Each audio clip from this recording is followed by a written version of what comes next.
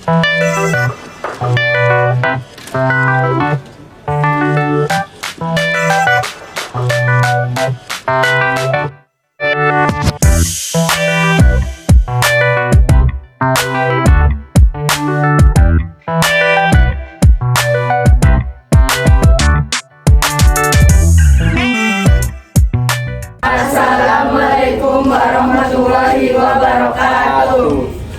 Baik, di sini kita akan menampilkan video penyuluhan DBD kepada masyarakat. Perkenalkan, nama saya Afid Hidayat dengan NIM C1023046 sebagai moderator, dan teman saya. Perkenalkan, nama saya Fitra Anissa dengan NIM C10347 sebagai network. Perkenalkan, nama saya Sirsa Yandia dengan NIM C1023048 sebagai masyarakat. Perkenalkan, nama saya Bisina Katalia dengan NIM C1023050 sebagai masyarakat. Perkenalkan, nama saya Rizky Wulan Amalia Faidah dengan NIM C1023051 sebagai narasumber. Perkenalkan, nama saya Afida Rahmasya Putri dengan NIM C1023052 sebagai masyarakat. Perkenalkan, nama saya Fatimah Puzaro dengan NIM C1023053 sebagai masyarakat. Dan saya Sanusi dengan NIM C1023054 sebagai masyarakat. Terima kasih. Selamat menyaksikan video kami. Semoga bermanfaat. Assalamualaikum warahmatullahi wabarakatuh. Waalaikumsalam warahmatullahi wabarakatuh. Puji syukur kita panjatkan kepada Nabi Muhammad SAW yang telah memberikan rahmat dan karunia-Nya. Terima kasih kepada Bapak Tajib yang telah hadir dalam acara penyuluhan tentang DBD. Selanjutnya saya berikan kepada narasumber. Waktu dan tempat saya persilakan. Assalamualaikum warahmatullahi wabarakatuh. Waalaikumsalam warahmatullahi wabarakatuh. Selamat sore Ibu dan Bapak sekalian. Sore. Perkenalkan, nama saya Erzi Bulan, perwakilan dari Universitas Muhammad Asrawi, akan memberikan penyuluhan tentang DBD. Baik, di sini apakah ada yang tahu apakah DBD itu? Tidak. Baik, di sini saya akan membawakan ini. Yang pertama, apa itu DBD? DBD adalah penyakit yang menular yang disebabkan oleh virus dan ditularkan melalui nyamuk Aedes aegypti. Nah, nyamuk Aedes aegypti itu bentuknya seperti ini Bapak Ibu. Dan biasanya disebabkan oleh nyamuk yang dewasa. Yang kedua, apakah ada yang sudah tahu tanda dan gejala DBD itu seperti apa? Belum. Baik, yang pertama, mendadak demam tinggi, suhu badan kurang lebih 38 sampai 40 derajat Celcius selama 2 sampai dengan 7 hari. Nah, ini biasanya tuh demamnya tuh tinggi, tiba-tiba tuh langsung tinggi gitu. Yang kedua, badan terasa lemas dan lesu. Nah, tadi yang pertama kan demam, dan demam tuh biasanya tuh lemas, lesu gitu. Itu perlu diwaspadai Bapak Ibu. Yang ketiga, gelisah. Yang keempat, ada nyeri ulu hati, nyeri yang di bagian sini mungkin atau tuh. Nah, yang kelima, tampak bintik-bintik merah. Nah, bintik-bintik merah ini sendiri itu bukan bintik-bintik merah yang seperti biasa, ada macamnya tersendiri. Yang ketiga, ada ciri-ciri nyamuk Aedes aegypti. Nah, yang pertama, warna hitam dan bercak putih pada badan dan kaki. Seperti ini nih Bapak Ibu gambarnya. Biasanya tuh bukan sembarang nyamuk gitu. Yang kedua, hidup dan berkembang biak dalam rumah dan sekitar bak mandi, drum dan berisi air. Makanya kita itu harus menjaga kebersihan air, entah itu dari bak mandinya sendiri atau airnya atau tempatnya, penerangannya. Nah, kita harus selalu menjaga kebersihan rumah kita. Yang ketiga, menggigit di siang hari. Nyamuk Aedes Aedes aegypti ini menggigitnya itu pada siang hari, bukan di malam hari. Yang keempat, kemampuan terbang kira-kira 100 meter. Yang kelima, hingga pada pakaian yang menggantung tempat yang gelap dan lembab. Nah, makanya kita dianjurkan untuk menjaga kebersihan, baik itu badan, lingkungan, maupun dari tempat yang biasanya tuh dihinggapi oleh nyamuk. Seperti ini, baju yang menggantung, pakaian yang menggantung, tempat yang lembab dan gelap. Biasanya tuh nyamuk-nyamuk itu suka yang tempat yang gelap-gelap. Nah, ini cara mencegah demam berdarah itu sendiri. Kita ada 3M, yaitu yang M yang pertama, menguras bak mandi. Menguras bak mandi ini dapat mencegah terjadinya DBD karena biasanya jentik-jentik nyamuk itu berada pada bak mandi. Dan yang kedua, menutup dan penampungan air. Menutup tempat penampungan air maksudnya itu, misalnya kita punya ini tempat penampungan air yang seperti bak mandi atau apa itu, agar selalu tertutup agar nyamuk-nyamuk tidak dapat berkembang biak. Dan yang ketiga, mengubur barang-barang yang dapat menampung air, contohnya botol minum atau tempat-tempat yang sekiranya bisa dihinggapi oleh nyamuk untuk berkembang biak. Dengan 3M ini kita harus menjaga kebersihan dari bak mandi, sampah, maupun dari ini tempat buat taruh airnya. Yang terakhir, cara penularan DBD.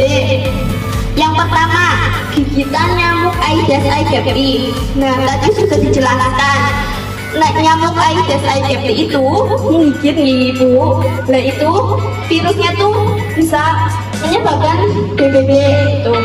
Yang kedua, virus dengue yang terdapat pada nyamuk Aedes aegypti akan berkembang biak dalam tubuh nyamuk. Yang ketiga, nyamuk tersebut menggigit dan menghisap darah orang lain. Virus tersebut akan dipindahkan bersama air liur ke orang tersebut. Nah, penyaluran virus Aedes aegypti ini melalui air liur nyamuk itu sendiri nih. Ketika digigit, air liurnya itu bercampur tuh. Yang keempat, orang yang digigit nyamuk Aedes aegypti mengandung virus dengue, gejala sakit atau demam setelah 4-7 hari masa inkubasi. Nah, biasanya ini tuh tanda-tandanya nggak langsung muncul gitu, entah itu 3 hari setelah demam atau apa. Jadi kita harus waspada terhadap nyamuk Aedes aegypti ini. Apalagi di musim penghujan seperti ini, kita harus bisa menjaga kebersihan dari bak penampungan air mandi, dari sampah-sampah, dari tempat yang gelap-gelap atau yang lembab-lembab. Kita sebisa mungkin dihindari. Nah, dari pemerintah sendiri biasanya melibatkan penyemprotan itu fogging gitu nih. Biasanya tuh pemerintah menyalurkan fogging itu sendiri, tapi ada pencegahan dari kita sendiri. Baik, sekiranya materi yang sudah saya sampaikan, apakah ada yang ingin ditanyakan?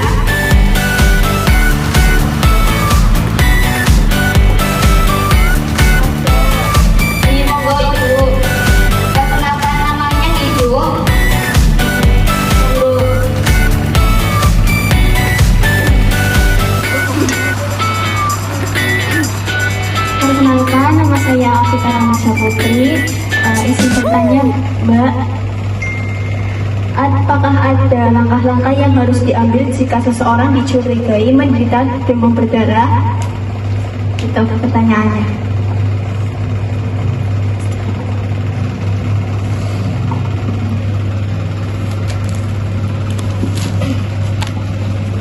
Perkenalkan, nama saya Fatimah Nusaro. Izin bertanya, apakah ada vaksin untuk mencegah demam berdarah?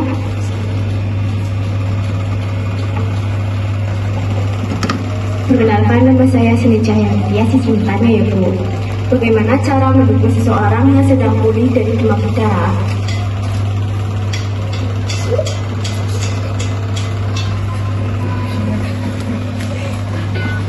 Baik, di sini saya akan menjawab pertanyaan dari Ibu Afita nih. Langkah-langkah apa yang harus diambil jika seseorang menderita DBD? Yang pertama, segera hubungi dokter atau ke vaskes terdekat. Yang kedua, tetap pantau suhu badan pasien itu sendiri.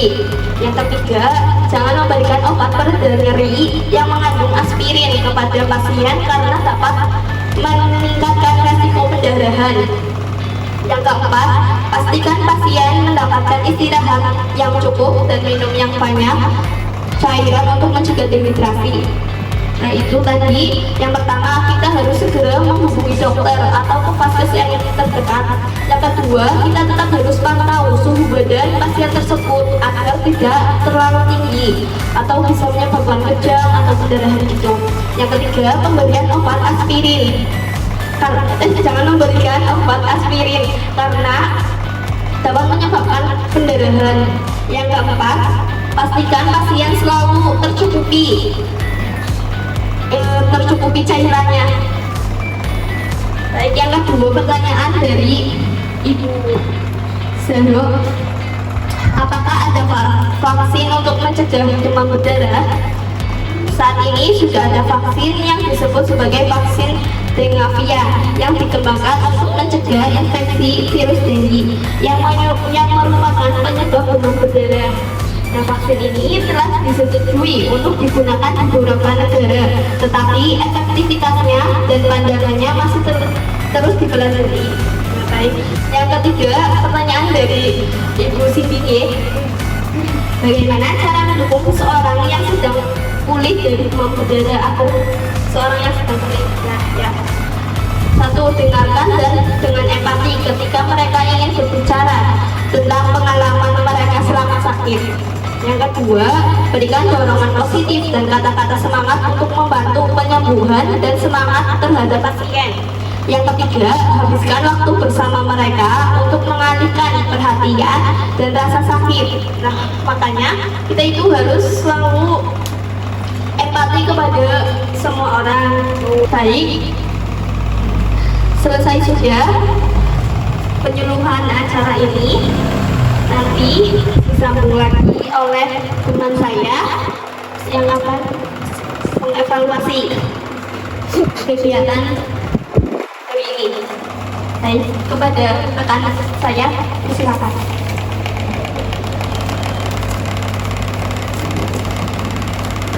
Baik, sebelumnya terima kasih. Perkenalkan, nama saya Fitra Anissa dari mahasiswa Universitas Bamada. Di sini saya akan menyimpulkan kembali materi yang disampaikan oleh rekan saya. Baik, di sini tadi kan sudah disampaikan oleh rekan saya, Mbak Erzi, apa itu DBD. DBD adalah penyakit yang menular yang disebabkan oleh virus dan ditularkan melalui nyamuk Aedes aegypti. Dan selanjutnya ada tanda dan gejala DBD. Yang pertama, demam tinggi, kedua badan terasa lemas, ketiga gelisah, keempat nyeri ulu hati, kelima tampak bintik-bintik merah pada badan. Dan selanjutnya ada ciri-ciri nyamuk DBD. Yang pertama, warna hitam dan bercak putih pada badan dan kaki. Kedua, hidup dan berkembang biak di dalam rumah atau bak berisi air. Ketiga, menggigit di siang hari. Keempat, kemampuan terbang kira-kira 100 meter. Dan kelima, hinggap pada pakaian yang menggantung. Selanjutnya ada cara pencegahan yang disampaikan oleh rekan saya, itu ada 3M. Yang pertama, menguras bak mandi. Kedua, menutup tempat penampungan air. Ketiga, mengubur barang-barang yang dapat menampung air. Yang terakhir yaitu cara penularan DBD. Yang pertama yaitu digigit oleh nyamuk Aedes aegypti. Kedua, virus dengue yang terdapat pada nyamuk Aedes aegypti akan berkembang biak dalam tubuh. Yang ketiga, nyamuk tersebut akan menggigit dan menghisap darah orang lain.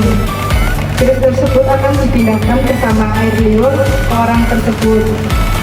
Yang keempat, yaitu orang yang digigit nyamuk Aedes aegypti mengandung virus dengue dengan gejala demam selama 4-5 hari. Baik, itulah penyimpulan materi dari saya. Kurang lebihnya mohon maaf. Baik, terima kasih. Baik, terima kasih atas waktu Bapak dan Ibu sekalian. Kurang lebihnya mohon maaf, semoga ini bermanfaat untuk Bapak dan Ibu dan dapat diterapkan di kehidupan sehari-hari. Terima kasih, saya akhiri. Wabillahi taufiq wal hidayah. Wassalamualaikum warahmatullahi wabarakatuh. Waalaikumsalam warahmatullahi wabarakatuh. Thank you. Terima kasih. Selamat berdoa.